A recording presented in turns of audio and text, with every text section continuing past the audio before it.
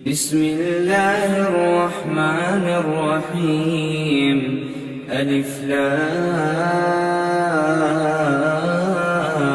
را تلك آيات الكتاب وقرآن مبين۔ اور یہی وجہ ہے کہ نبی کریم علیہ السلام نے ارشاد فرمایا کہ یہ اکیلی سورت جو ہے یہ پورے قرآن کے 2/3 کے برابر ہے۔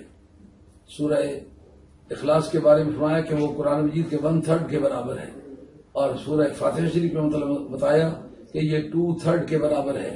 یہی وجہ ہے کہ مسلمان فاتحہ، درود اور ایصال ثواب کرتے وقت فاتحہ شریف بھی ضرور پڑھا کرتے ہیں، اور قل شریف بھی 3 مرتبہ اکثر و بیشتر دہرایا کرتے ہیں۔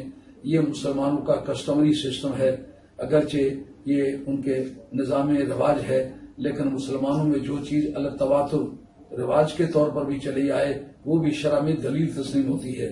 تو آج تک مسلمانوں نے فاتحہ درود میں اس بات کا شدت التزام کیا ہے، یعنی پورے پابندی کے ساتھ اس پر عمل کیا ہے۔